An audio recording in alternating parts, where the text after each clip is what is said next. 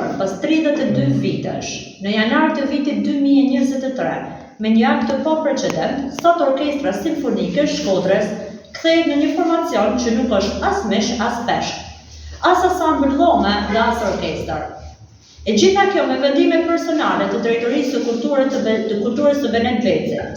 Me datën 15 janar të vitit 2025, në faqen zyrtare të Bashkisë Shkodër, u shpallën pas një paralajmërim, pas një rregullore, pas një kriter të qartë profesional, audicionet për 51 instrumentistë, të cilët u zhvilluan jashtë çdo kriteri kohor për të tilla konkurset me datat 20 dhe 21 janar në ambientet e Teatrit Megjeni, ku për show në rallës ishte prezent edhe vetë Benet Beci Benet Beci dhe Drejtori i Transportit të Kulturës Pandi Laço, të cilët të quajtën edhe si një arritje dhe pjesëmarrje bombastike,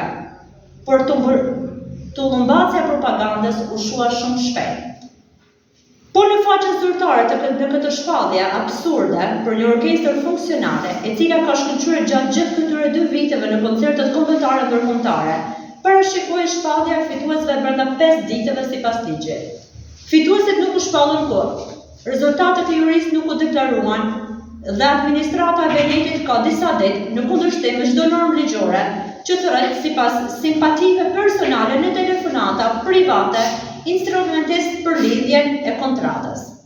Në këtë listë të fshehtë, Benet Beci dhe administrata e tij kanë parashikuar vetëm gjysmën e kontratave për instrumentet e Orkestrës Simfonike, nga 51 që janë miratuar nga Këshilli Bashkiak, duke shuar në